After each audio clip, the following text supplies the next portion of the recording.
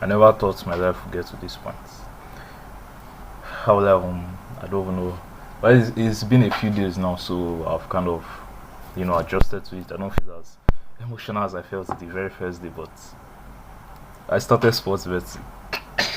Wait, 7 minutes, please. I started betting. It seems that if you live in Nigeria, it's basically like bet Nigeria, sporty bets, all those type of stuff. But if you live outside Nigeria, just basically see it as playing the lottery or trying to win the lottery.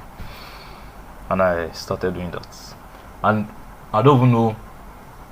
I don't know how I want to explain this video. But the thing is that I never thought in my life I would ever do something like that. Go and try to win the lottery or play bets or gambling or stuff like that. It doesn't really feel like gambling because we're not in a casino and we're not playing cards and there's not like what do you call all those guys, mafia people in the casino and stuff. So, but because it's just an appearance, but at the same time, it's kind of gambling. I don't know how. I'm just ranting, but I just never thought how my life would get to the point where I'll be so broke that I'll start looking into like sports gambling and stuff like that. Sports gambling, sports betting, sorry. And so let me not try to make this video unnecessarily long. So it seems that my friend, my roommate here. So I just briefly want to talk about two things. So my roommate here, he has this app, Sporty Bet. If you live in Nigeria, you probably should have known ahead of it. And usually bets, like all the football matches and stuff. Like for if this club wins this one, you win a certain amount of money. So you will put the way they usually used to win. That's the thing that they used to make now. Maybe in the future I'll make a more detailed video because I don't want this one to be too long. But you basically put something like 100 naira bets, like maybe this club should win and this one should lose or something like that. There's the way they do it is usually based on the odds of winning and stuff like that. And you win, and that 100 naira will turn to like 10,000 or 100,000 or sometimes a million. The math is just very illogical, and so this makes me laugh. It just, I don't know, people don't really find it funny. Anytime they see me laughing, they'll be like, what's so funny? But I just always find it funny. Like, how do you want to win 10 naira from? How do you want to win 1 million from 10 naira? Like, which kind of illogical math is that? But that's just one aspect. The second aspect I want to talk about quickly is on just the power of influence, because I've read Millionaire Fasting and I've followed all these entrepreneurs and stuff, and of course they have definitely spoken against betting and trying to win the lottery and stuff. It's not necessarily like bad, but it's just that people that usually kind of want to win the lottery and stuff, they just have a very kind of stupid consumer mindset, and we have seen it times without numbers. Many people that win the lottery, they win a lot of money. They win $1 million or 1 million naira or 10 million or whatever. Give them a few months or a few years and they're back at square zero, broke again. So all the entrepreneurs make money guys and all that, they're usually against it, and so was I for the longest. But my roommate here used to do it. I've told him many times you should stop and all that.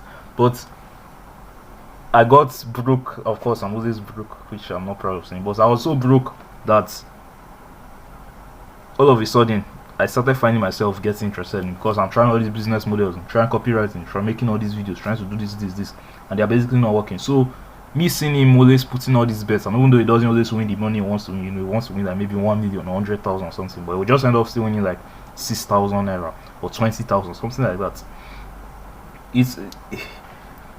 It's made me want to join, and from somebody that doesn't care, just because I spent time around him and heard him talk about it and all that.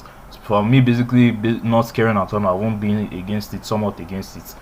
So all of a sudden, finding myself sometime last week, I think Thursday or Friday last week, on Play Store downloading the app.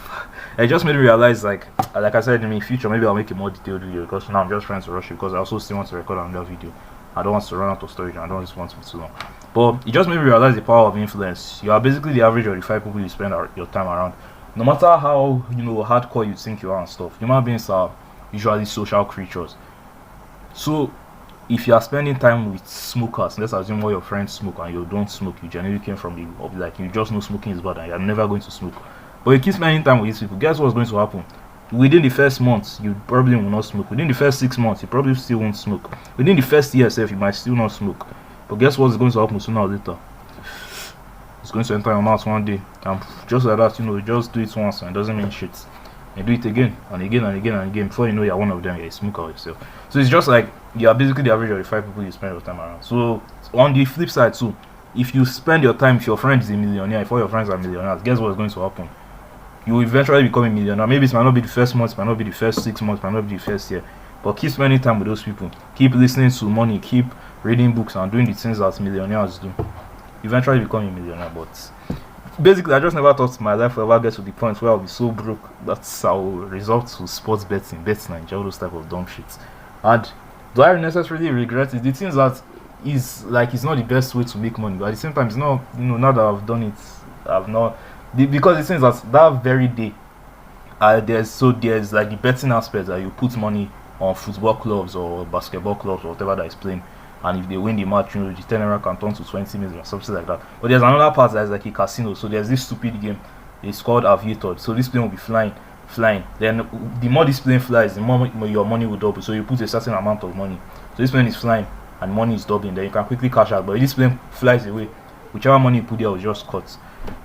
So I did it like that, and that same day, from I think about 2,500 or 5,000 naira there, but it turned to 20,000. But I still lost it touch. But it just made me see the like potential in it. So yes, it's bad. It's not really bad, but it's not the best way. It's not the best way to make money. But anyways, like I said, I don't want this video to be too long.